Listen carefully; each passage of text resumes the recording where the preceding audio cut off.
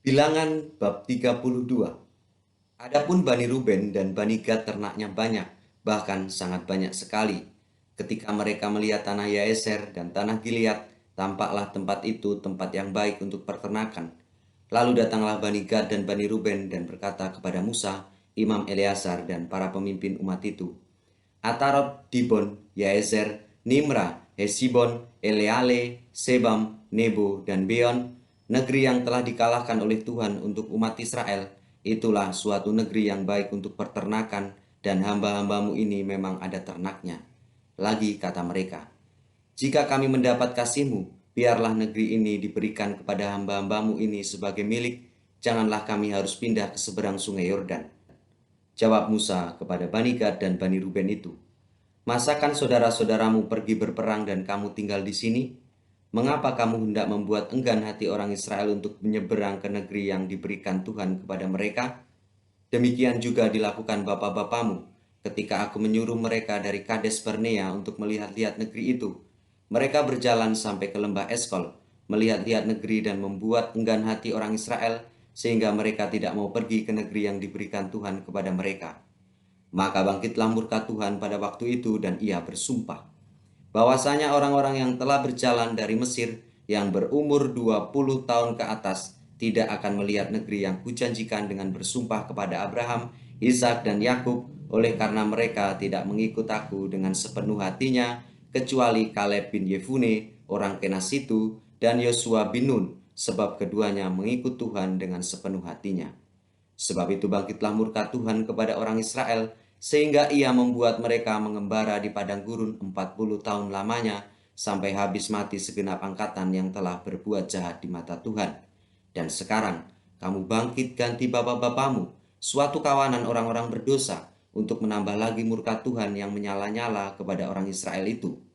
Jika kamu berbalik membelakangi dia, maka kamu akan lebih lama lagi dibiarkannya tinggal di padang gurun dan kamu akan membawa kemusnahan atas seluruh bangsa ini.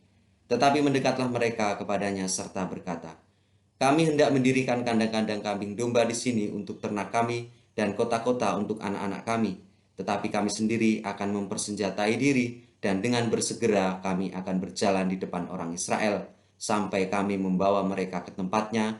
Sementara itu anak-anak kami akan tinggal dalam kota-kota yang berkubu oleh karena penduduk negeri ini. Kami tidak akan pulang ke rumah kami sampai setiap orang Israel memperoleh milik pusakanya. Sebab kami tidak mau menerima milik pusaka di seberang sungai Yordan sana dan seterusnya apabila kami mendapat milik pusaka di seberang sungai Yordan sini di sebelah timur.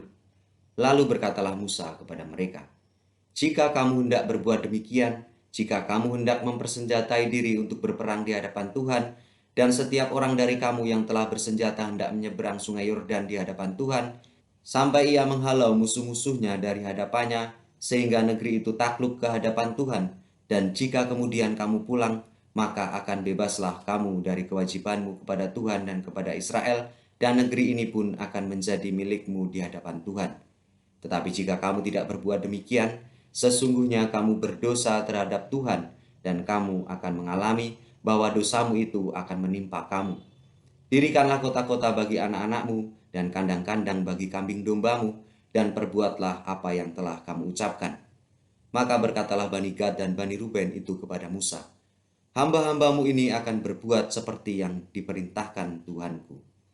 Anak-anak dan istri-istri kami, ternak dan hewan kami akan tinggal di sini di kota-kota Gilead, tetapi hamba-hambamu ini akan menyeberang di hadapan Tuhan untuk bertempur, yakni setiap orang yang bersenjata untuk berperang, seperti yang dikatakan Tuanku. Lalu Musa memberi perintah mengenai mereka kepada Imam Eleazar dan kepada Yosua bin Nun dan kepada kepala-kepala puak dari suku-suku Israel. Kata Musa kepada mereka, jika Bani Gad dan Bani Ruben itu telah menyeberangi sungai Yordan bersama-sama dengan kamu untuk berperang di hadapan Tuhan, yakni semuanya orang yang bersenjata untuk berperang, dan jika negeri itu telah takluk kepadamu, maka haruslah kamu memberikan tanah Gilead kepada mereka sebagai milik. Tetapi jika mereka tidak menyeberang dengan bersenjata bersama-sama dengan kamu, maka haruslah mereka menerima tanah miliknya di tengah-tengahmu di tanah Kanaan. Lalu Bani Gad dan Bani Ruben itu menjawab, apa yang difirmankan Tuhan kepada hamba-hambamu ini akan kami lakukan. Kami sendiri akan menyeberang dengan bersenjata di hadapan Tuhan ke tanah Kanaan.